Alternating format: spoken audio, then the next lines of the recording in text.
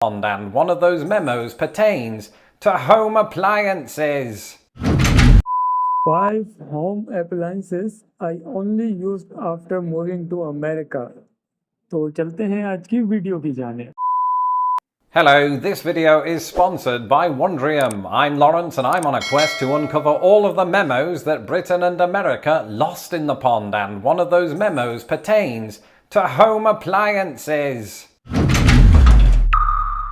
Specifically, home appliances that I only encountered after moving to the United States of America. And as I slowly continue this wild journey of moving into my first American house, it occurred to me that I already have some of these home appliances in this very house. And so come join me and apparently my cat as we go and look at 5 home appliances that I only encountered after moving to America. And if you'd like to follow my new journey of becoming an American, living in an American house with American people and an American cat, he's actually Russian, and you're not subscribed to my channel, do that now. Without further ado, let's go and take a look at some stuff. Oh, cat, get out of the way! You've heard me talk about ceiling fans, you've heard me talk about air conditioning units, but you haven't heard me talk about one of these. No, it's not an Imperial droid, right? It is, in fact, a dehumidifier. It actually isn't. This is editing Lawrence. I've since discovered that what past Lawrence has in front of him there is an air purifier. But the points that he's about to make about dehumidifiers are both salient and necessary. So for the next minute of your lives, you will pretend that the item in question is a dehumidifier. And we'll all go about our lives as if this never happened. Back to you, past Lawrence, and you might want to move the air purifier to the side so that we can see you. And it's so bloody big that you can't see me. And the reason that I haven't spoken much about dehumidifiers is that A, they're infernally dull, and 2, until recently, I didn't even know what they were. Because in Britain, for reasons that are similar as to why we don't have air conditioning units, dehumidifiers are quite rare. Now, of course, there'll be 1 or 2 British people watching going, I've got a dehumidifier. I know, my channel is not scientifically backed. But for the most part, in Britain, we don't use them. And I know they don't because I've done some really deep research on Quora.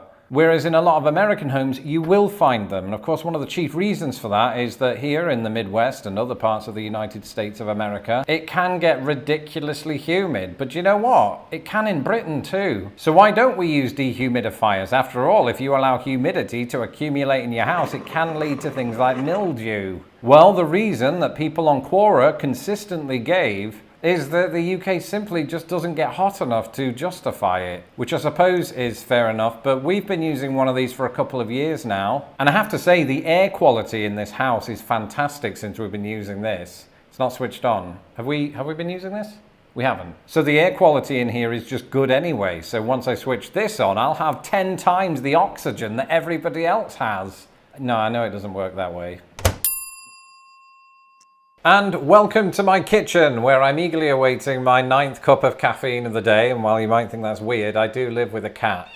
But in order to facilitate that, I have here a coffee maker, which most Americans will be familiar with. And don't get me wrong, coffee makers do exist in Britain. It's just that they're nowhere near as commonly found as they are in American homes. There's a couple of reasons for this. Number 1, just as was the case in my family, us Brits famously prefer tea, whereas us Americans prefer coffee. And a lot of the time when we do make coffee in our British houses, many of us prefer instant coffee, the preparation of which is similar in many ways to making tea, minus the tea bag. So often, one of these isn't required, but a lot of Americans I speak to say that instant coffee is terrible. As somebody who never drank coffee when I lived in the UK, I can honestly go either way with it now. But ultimately, I do prefer having a machine that does what I tell it, because again, I'm elitist. Now, it does already have coffee in it, so I'm not going to brew any more. You'll just have to make do with this stock footage of coffee being brewed.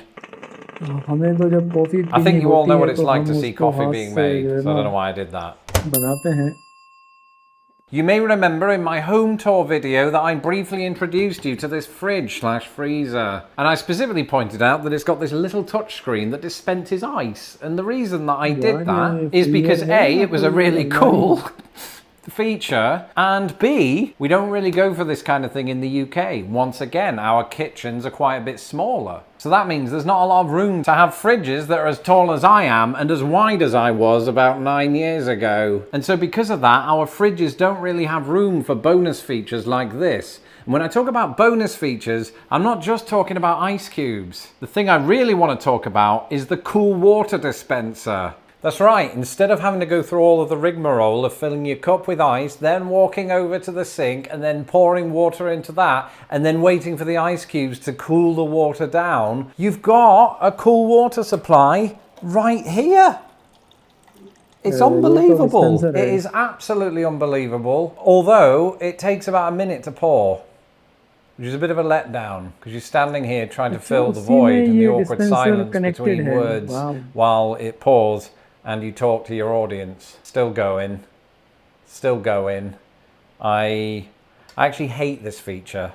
One thing that my cat and I don't hate is birds, although for completely different reasons to each other. Can you remember in the old apartment when I befriended a family of mourning doves? Well, ahead of spring, I thought it'd be a great idea to learn more about birding in North America. And so this week, when I've had time in between packing boxes, I've been learning all about birding in the fantastic Wondrium series, the National Geographic Guide to Birding in North America. Did you know, this is unbelievable, right? There is a bird species that only exists in Central Florida. Doesn't that blow your mind? It's called the Florida scrub jay and looks like this. And already from this series I've learned a ton of other stuff, which is weird because those mourning doves assured me that there was nothing more to know. But thankfully a knowledgeable human and birding enthusiast by the name of James Curry has been teaching me otherwise, from bird distribution to variations in plumage. And honestly, this sort of thing happens to me every time I experience a Wondrium course, which is probably why I can't wait to sit down with the new series, Experiencing Shakespeare, if only to rekindle my old theatre days. You see, for me, Wondrium is where you find the answer to everything you've ever wondered about and some things you never imagined you'd wonder about. Their carefully curated collection of short and long-form videos, tutorials, how-tos, travelogues, documentaries, and more is academically comprehensive, thoroughly researched, relentlessly entertaining, and presented by engaging experts.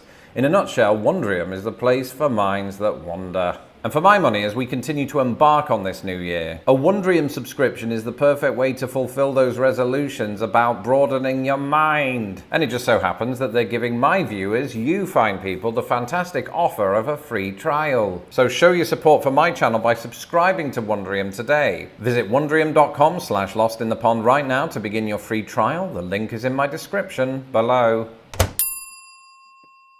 You join me here in my basement, or more specifically, my laundry room. And behind me we have this beautiful model right here, which, you know, it might look like a futuristic toilet, but it does the opposite of a toilet and actually cleans your clothes. That wasn't an admission of any kind. And I know what you're thinking. Ooh, Lawrence, we have washing machines in Britain, you know, but just in a British accent. And yes, of course we have washing machines in Britain, but this is not just any old washing machine. This, quite specifically, is a top load. And the only time that I ever heard the word top load in the UK was a laundrette, or as they say here in the Midwest, laundromat, or as they say down in Texas, washateria. But it would be very rare to find one of these top loader machines, in other words, a machine in which you put the clothes in from the top, in UK houses, and there's a very good reason for that. And that reason is that in most British houses we actually keep our washers and our dryers, or sometimes a hybrid of the two, in our kitchen under the kitchen counter. So you can't really drop clothes into it because they just land in spilt gravy. Whereas I've seen a few of these in American homes, and this one specifically becomes the first top loader that I've ever lived with. Not in the same way that you'd live with a wife or a pet, but it's here and it's nice. And the good thing about it is it's easy to use. I've never used one, so I don't really know how it works. Not a toilet. And finally, next to it is this one. And despite its appearance, it's not an oven, although that would be a quicker way to dry your clothes and shrink them. This is in fact a tumble dryer. Again, I'm not going to stand here and claim that we don't have tumble dryers in the UK. Clearly that would be a lie. But as I said a moment ago, sometimes they are hybrids with the washing machine. So you wash the clothes and dry them in the same unit. But even when we Brits do have standalone tumble dryers in our houses, they're usually pretty small. Got to be careful of the stovetop. I've just remembered it's not an oven. And again, the reason for that diminished size is that we have to fit these tumble dryers into a kitchen. Those kitchens are usually smaller than the ones you will find in the United States. So to economize space, we shrink them down, not like in a sci-fi way, but as if they were clothes in an oven. Whereas this absolute beast is massive. Join me now as we take a tour of the inside of my tumble dryer. Can't. It won't close. I can't close the door. It's too big. Did it? I did it. We're fine. So obviously having a house with a basement or even an add-on laundry room of any kind means that you just got all this space to be able to justify bigger units. And that is a lot of American houses. So all that being said, I'm now going to go and use my actual oven because I lost a little bit of weight last year and my clothes are too big. Thank you for watching this video and sharing it with all of your friends. I'm Lawrence Brown. You can follow me on Twitter at LostInThePondUS, and don't forget to subscribe to this channel so that I don't have to. The next thing you're going to do is watch the official home tour of my house and all of the other house-related videos. Thank you to my patrons for making these videos possible. If you would like to support Lost in the Pond, you can do so today at patreon.com/lostinthepond. Until the next video. ये थी आज की हमारी video. उम्मीद करता हूँ आप लोगों को पसंद आई होगी। अपना ख्याल रखें, मिलते रहेंगे। अल्लाह हाफिज़।